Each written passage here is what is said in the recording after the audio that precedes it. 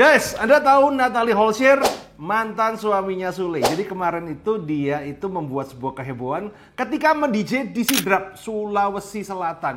Dia disawer sampai ratusan juta. Dan itu menjadi berita, menjadi viral sampai bupatinya aja sampai ngomong dan Natalie ogah minta maaf. Ya, artinya warga Sidrap ini kok kaya-kaya gitu kan. Nah, tapi beberapa hari kemudian ya ada berita yang mengejutkan di mana ada 40 pasobis atau penipu online yang tertangkap di Sidrap, ditangkap oleh Kodam. Kok bukan sama polisi? Pertanyaannya, apakah dua ini berkaitan? Atau jangan-jangan yang nyawer Natalie Holscher itu scammer-scammer ini? Mari kita kupas tuntas di YouTube ini. Tapi jangan lupa Anda subscribe dan nyalakan notifikasinya. Karena ini akan ada menjadi perbincangan yang menarik. Karena Sidrap itu adalah salah satu ya daerah pusat scammer.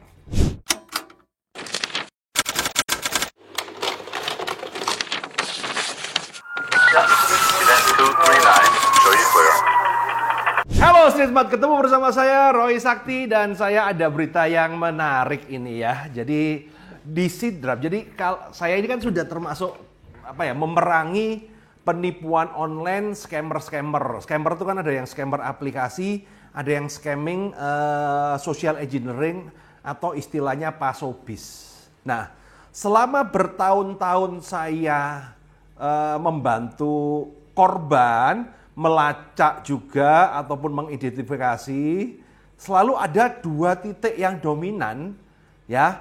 Tempat lokasinya para scammer itu ada dua titik yang dominan. Titik pertama bertempat di Sumatera Selatan, lebih tepatnya di Ogan Komering Hilir, ya. Itu banyak, itu terkenal ada namanya desa scammer itu katanya loh ya, saya nggak tahu lagi ya. Satu desa isinya scammer semua. Dan kemudian ada satu titik lagi yang berada di Sulawesi Selatan bernama Sidrap. Nah, jadi kebanyakan yang nelpon Anda ngaku kemudian anak Anda kecelakaan, ngaku polisi, anak Anda ketangkep narkoba, sampai zaman dulu tuh Mama Mita Pulsa itu pelakunya itu kebanyakan itu di dua titik itu. Ya, kalau warga Sidrap dan Ogan Komering Hilir nggak terima ya silakan dicek aja di Google, banyak kok kasus-kasus para scammer itu yang tertangkap di situ. Nah, yang menarik adalah ini kita terkuak ya dia. Di hari Minggu ya, baru-baru ini ya, Kodam itu menangkap 40 scammer para sobis ini. Lu bayangin ya teman-teman ya, kalau satu itu ya oknum lah ya, kalau 40 apa nggak sedesa itu.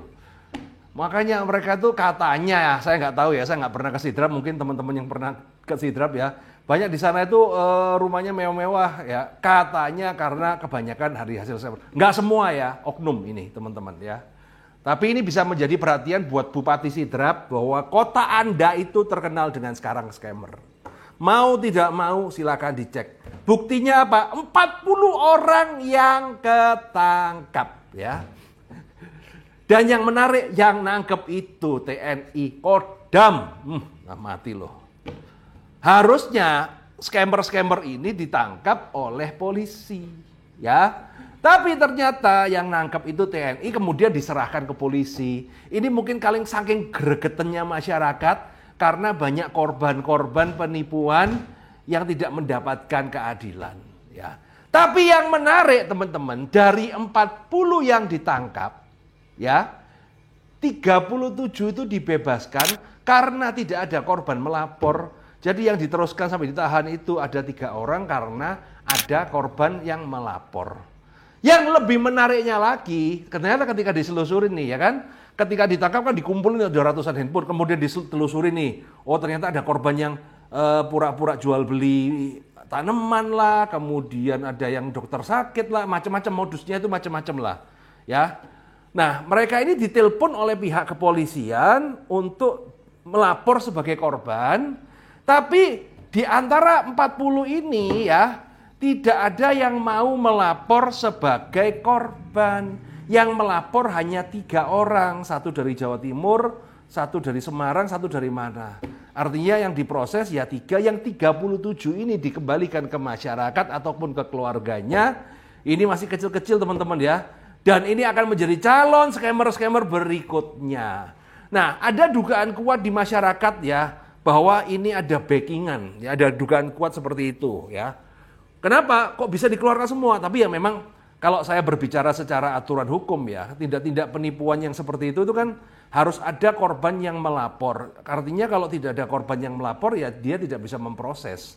Nah problemnya para korban-korban ini kenapa tidak melapor? Karena mungkin sudah putus asa dengan yang namanya lapor ke coklat ini.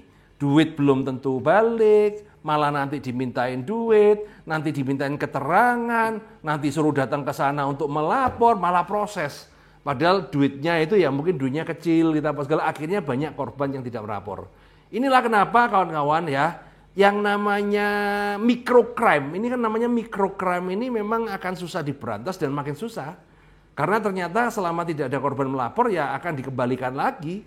Lah terus bagaimana ini Indonesia kalau kayak gini terus ini nih? Kira-kira ada yang mau didiskusi nggak teman-teman ya? Kira-kira menurutmu masa depan Indonesia masih cerah seperti Pak Prabowo bilang ya? Atau Indonesia gelap ya? Nah ini yang menarik juga. Jadi ini menjadi tamparan juga dari pihak polisi karena tidak bertindak cepat. Mungkin polisinya juga udah males ya kan. Ini diproses gak ada pasalnya. Atau lebih baik enaknya diaktifkan kembali program Petrus saja ya. Penjahat-penjahat kayak gini-gini ini tembakin semua. Termasuk ormas-ormas, preman-preman itu tembakin semua. Ada yang setuju nggak teman-teman? Nah kurang lebih seperti ini teman-teman ya. Semoga berita ini bermanfaat. Dan hati-hati tetap waspada kalau ada yang telepon-telepon sama Anda apa segala ngaku-ngaku apa, selalu dicek kebenarannya dulu. Tidak bisa kita fokus pada apalagi kalau sudah minta nomor rekening, minta isi data KTP, minta data kartu kredit, minta OTP apalagi sudahlah. Apapun modusnya ya, itu ending-endingnya akan menjadi penipuan dan yang dirugikan Anda. Saya sudah melihat banyak orang yang bertahun-tahun bekerja dengan benar, dengan tekun, menabung pangkal kaya, ya kan, berpuluh-puluh tahun menabung, endingnya satu hari hilang gara-gara ulah para scammer. Jangan sampai ini terjadi pada follower saya yang ada di YouTube. Maka dari itulah teman-teman, bantu sebarkan video ini supaya masyarakat Indonesia itu lebih teredukasi. Dan kalau Anda mau belajar bagaimana caranya mendapatkan modal bisnis tanpa jaminan, silakan Anda bergabung di workshop Credit Card Revolution.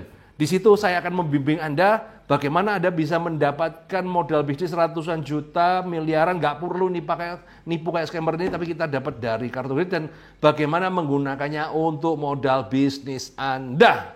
See you guys.